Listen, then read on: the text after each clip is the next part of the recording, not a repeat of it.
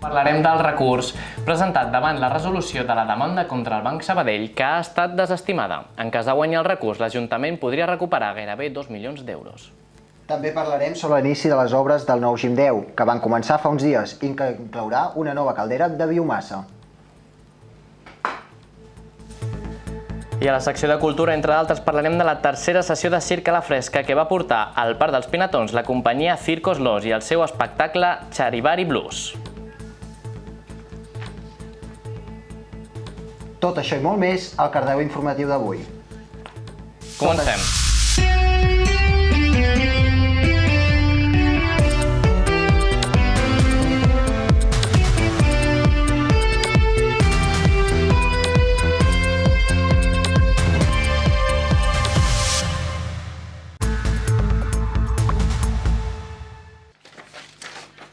Ahir l'Ajuntament presentava un recurs a l'Audiència Provincial de Barcelona, després que quedés desestimada la demanda contra el Banc Sabadell per un producte financer que considerava tòxic. A l'espera de la resolució del recurs, si és favorable a la demanda, l'Ajuntament podria recuperar gairebé 2 milions d'euros.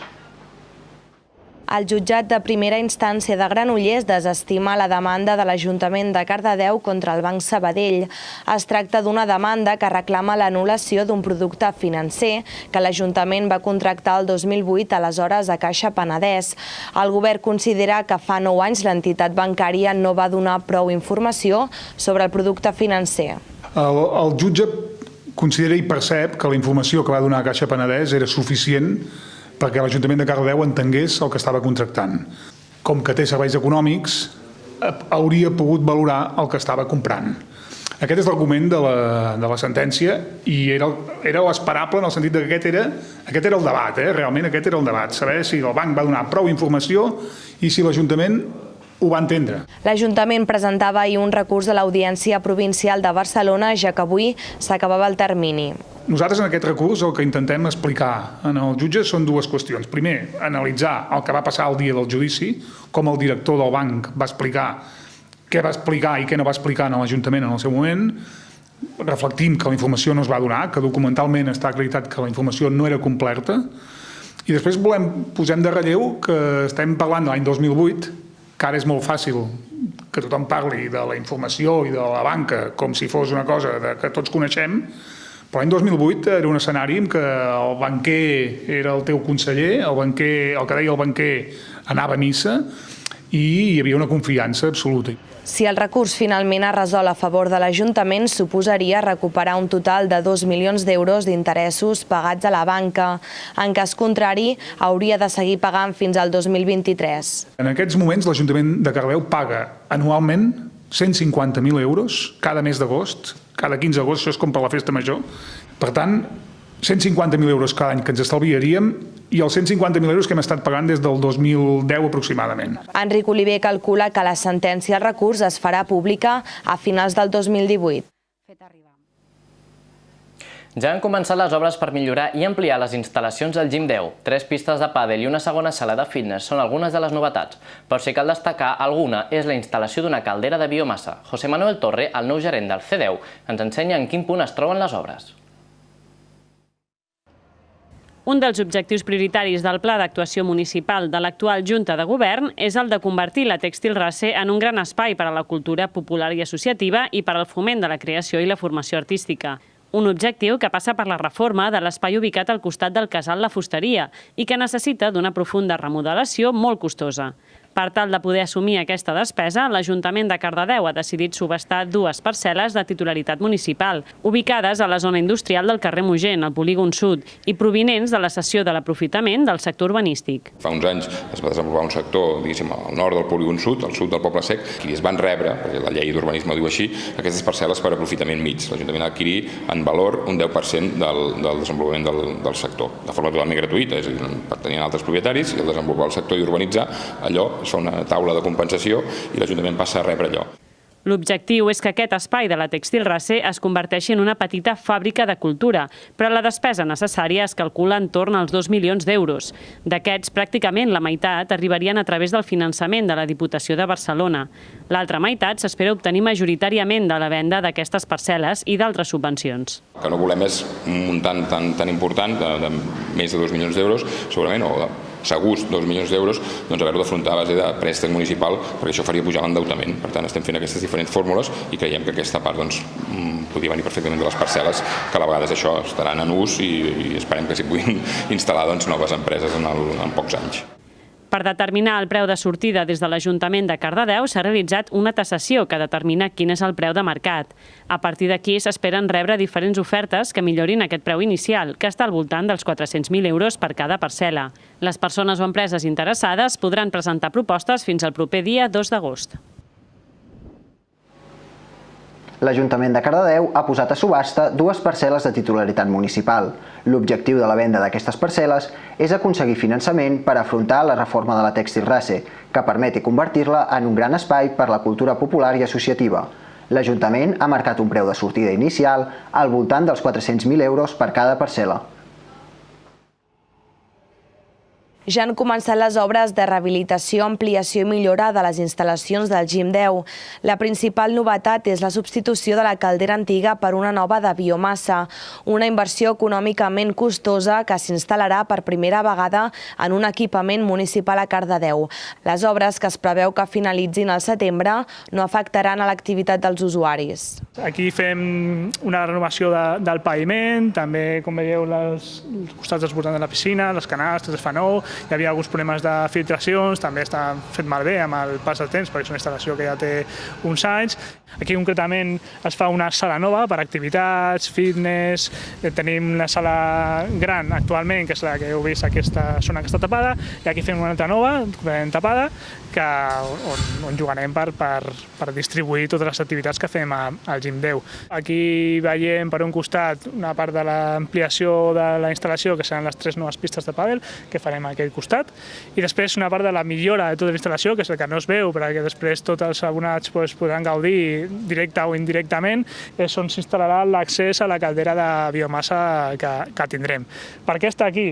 Perquè aquestes calderes de biomassa funcionen amb un material que es porta en camions, llavors des d'aquí el camió descarregarà en un silo i després la caldera va tirant d'aquest material per funcionar. La part positiva de la biomassa és que el material que consumeixes en aquest cas és estella, i la gràcia és que sigui de boscos propers, perquè això garanteix un manteniment dels boscos a la vegada que el transport és molt poc i per tant no hi ha consum de transport quan aquests boscos estan al voltant, i sí que hi ha una certa emissió de CO2, però està més que compensada i genera un balanç zero, un balanç favorable, perquè això acaba regenerant també els nostres boscos, i és una llenya que són uns arbres que d'alguna manera també estan aquí xupant CO2 del nostre voltant. Per tant, és un model energètic molt positiu i que encaixa molt bé en el territori on estem. Fins ara es gastaven uns 50.000 euros anuals en el consum de gas al centre esportiu municipal. A partir d'ara, l'estella, el material que genera l'energia, es proveirà dels boscos propers al Gim 10. Això suposarà un estalvi immediat de més de la meitat de la despesa, de manera que es recuperarà ràpidament la costosa inversió en la caldera. Demanem disculpes, les imatges vistes anteriorment no corresponien a la notícia. Nosaltres continuem amb l'ANC de Cardedeu, que va estrenar un marcador amb un compte enrere permanent fins al referèndum vinculat a l'1 d'octubre. Aquest marcador recorda el temps que falta per a aquesta data en què el president de la Generalitat s'ha compromès a cenyir-se al resultat, sigui quin sigui. Havaneres i rom cremat van omplir la plaça Sant Corneli, i és que l'ANC va organitzar aquest acte per a inaugurar el marcador del compte enrere, col·locat a la façana del Mas Riera Valentí. Hem posat aquest marcador electrònic, de fet un compte enrere ja el vam fer el 2015, però llavors ho fèiem amb una pancarta i cada mes hi anàvem canviant el número, i aquesta vegada, que serà la tercera vegada que votarem per la independència, perquè a Cardedeu ho vam fer el 2009, ho vam fer després a tot Catalunya el 9N, i aquesta serà la tercera. Pensem que la tercera serà la definitiva i que aquesta vegada el marcador havia de lluir molt més, i per això hem comprat un marcador electrònic amb les aportacions de tots els socis. Aquest marcador es va posar en marxa quan faltaven 78 dies, 12 hores, 11 minuts i 49 segons, després d'un petit parlament en referència al referèndum de l'1 d'octubre. També van explicar que per preparar l'acte de l'11 de setembre vindrà a Cardedeu en Jordi Sánchez, president de l'Assemblea Nacional Catalana. El dia 20 farem un acte en el Centre Cultural, que vindrà un diputat del Parlament de Catalunya per parlar-nos de les garanties per la democràcia i el referèndum, i el 9 d'agost, aquí a la plaça Sant Corneli, com cada any, farem una xerrada explicativa de la Diada, de com anirà tot, però aquesta vegada tindrem un convidat de categoria, que serà en Jordi Sánchez, el president de l'ANC. Un cop el marcador en marxa, els assistents van gaudir dels menjars que ells mateixos havien portat per compartir amb tota la plaça. A part, el grup de Veneres Torrebastons va finalitzar l'acte amb la seva música.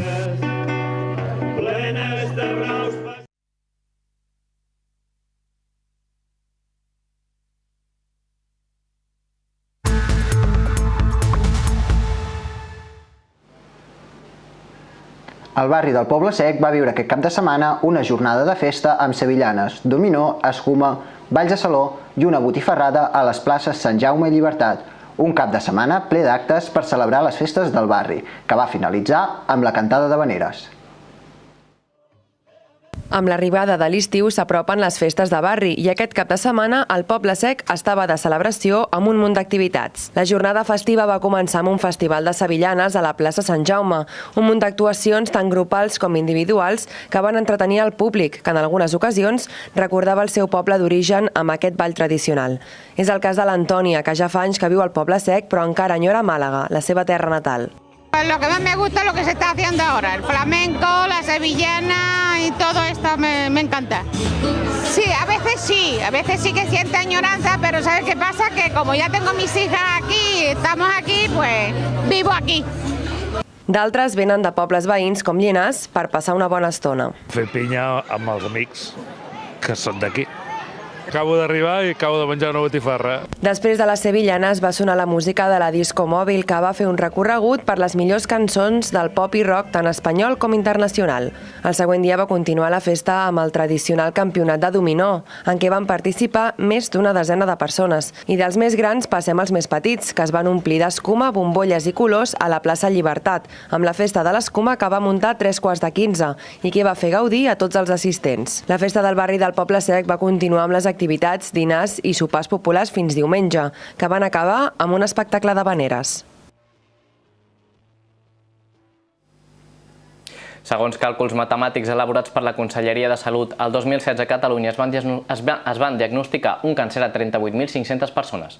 La incidència de la malaltia manté un constant increment a Catalunya. No obstant, el 60% dels malalts de càncer sobreviuen a la malaltia, sent Catalunya un dels líders mundials a nivells oncològics. L'associació Onco Cardedeu Baix Montseny prepara activitats com la marxa popular celebrada dissabte passat per recaptar diners i donar-los a les institucions que treballen en la lluita contra el càncer. Més de 600 cardedeuencs participen a la segona marxa popular a favor de la lluita contra el càncer. Una mostra de la lluita de l'associació Onco Cardedeu Baix Montseny, enguany en record a l'Inma García González, ideòloga de les marxes per la causa. L'objectiu principal és que se'ns conegui més perquè persones que tenen càncer o famílies que tenen alguna persona amb càncer sàpiguen que a Cardedeu hi ha una associació que els pot ajudar d'alguna manera amb la seva malaltia, perquè una part és la part mèdica, però l'altra part és d'altre suport psicològic i assistencial que la medicina no la dona i nosaltres sí, com a associació. El recorregut de la marxa ha estat de 8 quilòmetres, sent el Parc Pompeu Fabra el punt d'inici final de l'itinerari. Els petits de casa també han volgut participar a l'activitat esportiva i alhora solidària. Amb el papa i la mama, amb la meva mare, amb amigues també. Onco Cardedeu Baix Montseny és una associació sense ànim de lucre que durant l'any treballa en la recollida de diners per a poder fer aportacions econòmiques tant per l'estudi de la malaltia com per al recolzament psicològic i mèdic de les persones que la pateixen i els seus familiars. Aquest any passat vam fer una donació de 6.000 euros a l'Institut de Recerca Oncològica de la Vall d'Hebron. Els corrigaires han participat amb l'associació per a dissenyar el recorregut de la marxa. A l'arribada, l'organització ha fet un sorteig obsequis, una aportació dels comerços de les localitats de Cardedeu, Llinars i Granollers que s'han volgut bolcar amb la causa.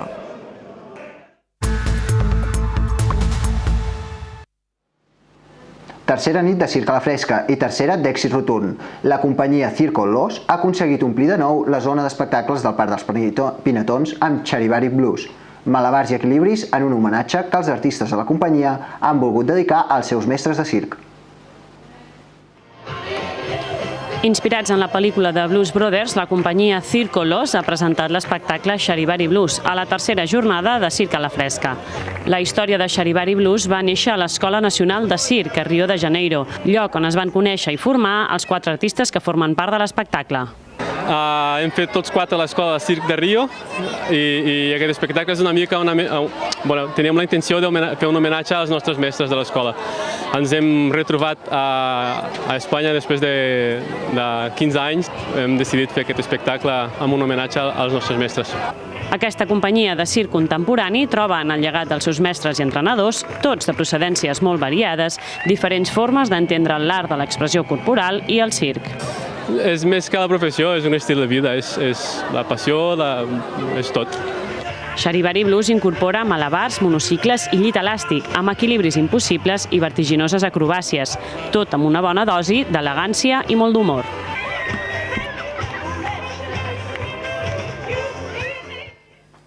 Fa 5 anys, un grup de persones amateur de Cardedeu va formar un grup de música anomenat Cor de Déu. Després de la seva estrena amb el musical Jesucrist Superstar, ara fa 5 anys, el diumenge passat, presentaven el seu nou espectacle, molt relacionat amb la nostra vila.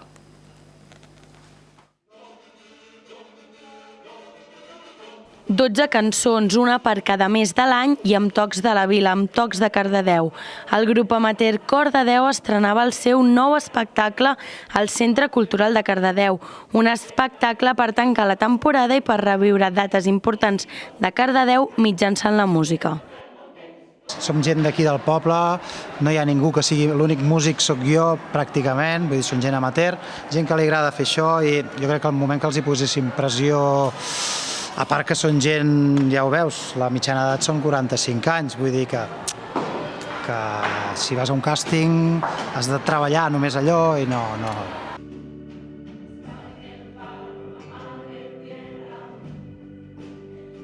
Cor de Déu és un grup de gent del poble que porta 5 anys fent música junts. Un grup que va néixer després de l'estrena del musical Jesucrist Superstar. Després de l'espectacle al Centre Cultural, el grup ja té idees i nous propòsits de cara a la temporada vinent. Ens ho passem bé fent això, fent projectes, aquest any hem fet aquest projecte tot l'any per arribar a aquest concert.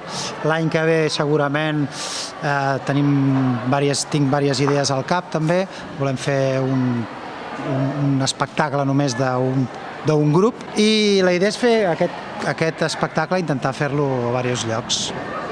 Ja que l'hem fet, perquè ens ha passat que hem culminat una temporada de treball, hem fet un concert i ja ens hem relaxat i ja l'hem deixat allà al concert. Per què no dedicar-nos a fer concerts, ara, una temporadeta? Aquesta és una miqueta la idea de futur.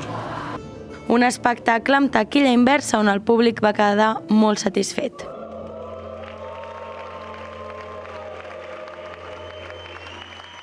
La música és protagonista a Cardedeu amb la celebració un any més de la FIMUCA, la Fira de Música de Cardedeu.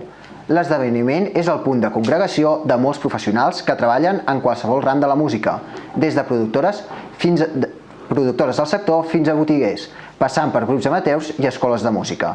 Dissabte al vespre començava el concurs musical per grups, duos i solistes.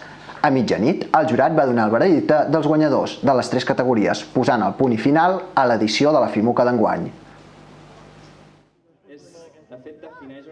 El grup de Classland Singers, el duo B-Boys i la solista Marina Prats són els guanyadors d'una nova edició del concurs de la FIMUCA, la Fira de la Música de Cardedeu.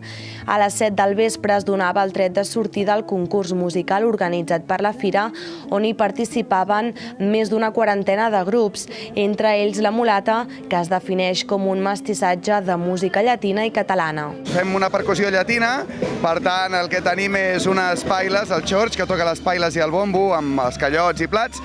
Després tenim el xori a les congues i jo que toco la guira dominicana, que també és un instrument bastant estrany que no es veu massa a cap de les formacions que hi ha avui al panorama. Fins a mitjanit, als racons i places del centre del municipi sonava música de manera interrompuda.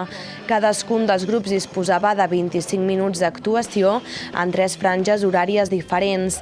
Paral·lelament, el jurat es passejava pels més de 9 espais i avaluava les actuacions en funció de 4 pautes. La primera és la tècnica, pròpiament de l'instrument. La segona té més a veure amb la imatge que donen, l'estant, una mica també si s'han posat d'acord amb el vestuari. La tercera aniria més cap a la interpretació, si són fidels a l'estil, què és el que aporten en aquest sentit, i també l'actitud. I per últim, l'originalitat. Valorem molt que siguin temes propis, si és el cas, i no versions de temes ja existents. I això simplement és com un conjunt de la proposta que t'entri pels ulls i que evidentment que soni bé. En un concurs d'aquestes característiques és molt important la posada en escena. El directe dels grups ha de resultar atractiu i captivador tant pel jurat com pel públic. Jo crec que el punt fort del nostre directe és el fer música per ballar sense parar a un ritme frenètic i convidar la gent a passar-s'ho bé de la festa que estem fent, no? A les 12 de la nit es posava el punt i final a la FIMUCA d'enguany amb l'entrega de premis del concurs, exitós amb el nivell musical i el número de grups participants. Els jardins del taller dels germans Castells Planes es va convertir en un gran escenari per interpretar l'obra Welcome de la companyia Amabeu Teatre. Es tracta d'una obra que parla sobre els refugiats i a través de la dansa i la música intenta transmetre el dia a dia de les persones refugiades. Un paratge natural, privilegiat, on el públic feia un viatge per aquests jardins i prenia part de l'espectacle. Un espectacle multidisciplinari i itinerant pels jardins del taller dels germans Castells Planes. Aquesta és la nova aposta de la companyia Amabeu Teatre. Un espai privilegiat per interpretar una obra on els espectadors poden sentir en primera persona alguns moments de la vida d'una persona refugiada. La policia se'n va endur i em van tancar en una cel·la. Cada nit a les 10 en punt ens havíem de posar dempeus perquè ens apallissessin. Llavors vaig decidir fugir. La meva única opció era Europa. Persones que han de marxar del seu país per poder sobreviure a les guerres, als seus ideals polítics o religiosos. Volíem fer un espectacle que parlés d'alguna cosa, d'un tema actual, no? I en aquest moment es va donar tota la qüestió de la crisi dels refugiats. Vam lligar les dues coses, els refugiats, com ho podíem portar a explicar per la gent que va al teatre, el tema, a partir de la dansa, i és el que hem fet. O sigui, un espectacle que intenta posar-se en la pell d'un que ha de marxar de casa seva per la força, i llavors fem un viatge cap a un lloc que no sabem on ens portarà i amb el que es pot anar trobant aquest refugiat durant el camí, no? Tot comença amb una gran festa on els artistes fan partícips al públic i després d'una explosió tots han de partir cap a la terra de les oportunitats, la gran Europa.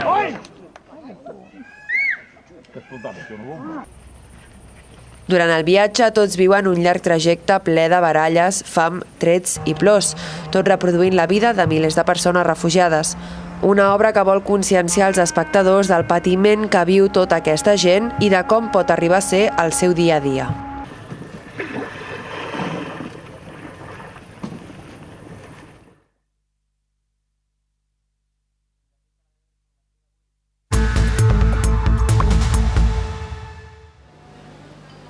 I fins aquí el Cardeu informatiu d'avui. A continuació us deixem amb una nova càpsula del Ba de Cine, la número 44, amb les pel·lícules Capitán Fantàstic i El sueño de Gabriel. I després, un nou punt de trobada amb Marta Cordomí, que ens farà un petit avanç de la festa major. Tornem dilluns que ve amb un nou Cardeu informatiu en directe. Que passeu un bon cap de setmana. Bona nit. Bona nit.